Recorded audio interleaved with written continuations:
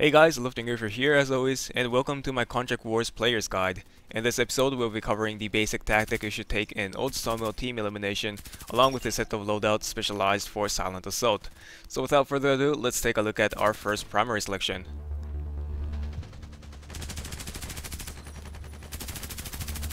Our pick for the main gear is the M4A1 Spec Ops, a carbine made by Colt Firearms, currently replacing the M16 in the US Army. In Contract Wars, M4A1 can be unlocked with 60,000 CR at weapon set number 4. 150 long shots will grant you access to a red dot sight and a suppressor, making this carbine one of the most popular and loved AR amongst free users.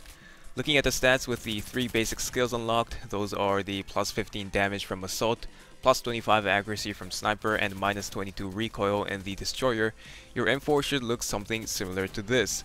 With the added accuracy, you'll be able to reliably engage enemy at any range with fast fire rate and low recoil.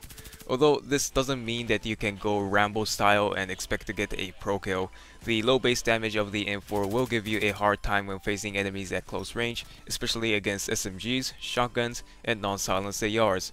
You have to take an advantage of the fact that the M4 is one of the most quiet gun in game that doesn't show up on enemy's tactical minimap. Always try to go around the enemy, flank them from sides or behind to max out the performance and engage them without revealing your position. I'll talk more about this in detail later on in the video. To give you guys a little more clue about how you should use your M4, use hipfire at close range or in surprise corner fight, aim for the head at mid range, and short burst towards the upper body mass at long distance. Of course, the most ideal thing to do would be to always go for the headshots, but sometimes just spraying bullets to the body will give you a better result than taking that extra time to accurately place your reticle.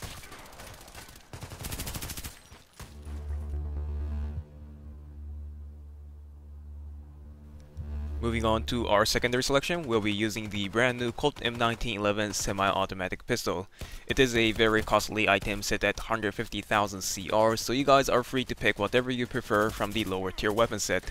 Just be aware, try avoiding a fully automatic pistols such as the Pernac or Glock 18, since they tend to be heavy or a little more tricky to use. Anything above 80% mobility rate and you should be good to go. Suppressor is optional. We already have a silenced M4, so I personally don't see the need of a suppressor attached to the pistol, which also takes portion of your pistol's damage and mobility. The main purpose of having a pistol is to give you a faster way to travel. The light M1911 will cover the low mobility of the task M4 and help position yourself a lot faster. This will come in handy when you are going all around the map to flank the enemy, just like I mentioned earlier.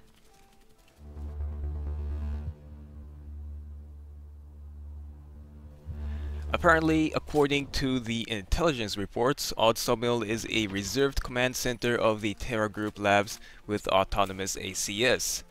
Well, I got no clue on what that means, but what I do know is that this mid-sized map is perfect for sneaking around with the M4 Spec Ops. Team elimination is basically a team deathmatch, and whichever team to first gain 150 kills will win the game. This is good because you can focus on getting as many kills as you can and also help out your team score at the same time. For the third time, your main tactic is not to go face to face with the enemy, but to flank their spawn points from the sides or behind. In this case, our team is spawning from the hilltop and the enemy next to the sawmill. All I need to do is jump off the cliff, go all the way around the right forest, and there we go. Lots of enemies facing the wrong way, lots of easy kills for me. Of course, not all the time this tactic works. Sometimes you'll get spotted, sometimes you'll get killed by a guy trying to do the same as you, and sometimes the enemy team starts spawning from a different place. But 90% of the time it works, and when you're lucky, getting 5, 8, or 10 kills in few seconds is very possible. Finally, we need to talk about the VIP, something which makes team elimination unique and original from the ordinary TDM. In the beginning of the match, a randomly selected player from either of the team will get a VIP status with extra 900 health. As a downside, that player is always visible to the enemy team, shown with the little clown icon on top of their head. To be honest, taking out an enemy VIP doesn't really affect the result of the game. I almost feel like picking off an enemy who spawns around him is far better than going for the VIP himself. But if you are hungry for the score, all you need to do is again sneak up to the VIP from his back and burst fire several times while aiming at his head. The problem is, what if you are the VIP? You're supposed to be sneaking around and flanking around the enemy, and all of a sudden you have this big icon on top of your head. This is the only time you need to ditch your ninja tactic and start going a little more aggressive. Keep moving around, stick with your teammates, and get as many kills as you can before someone finally snipes you out. That's fine, you can't keep living forever as a VIP, so consider it as some sort of a bonus stage and have fun with it. Just be aware, do not get close to over here or here. This will only trap your team and allow the enemy to spawn camp over and over again until it's too late to catch back up. So stay away for the sake of your team.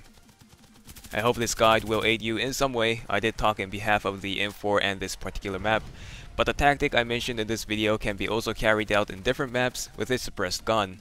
This has been Luftangreifer, and I'll see you guys in the next video.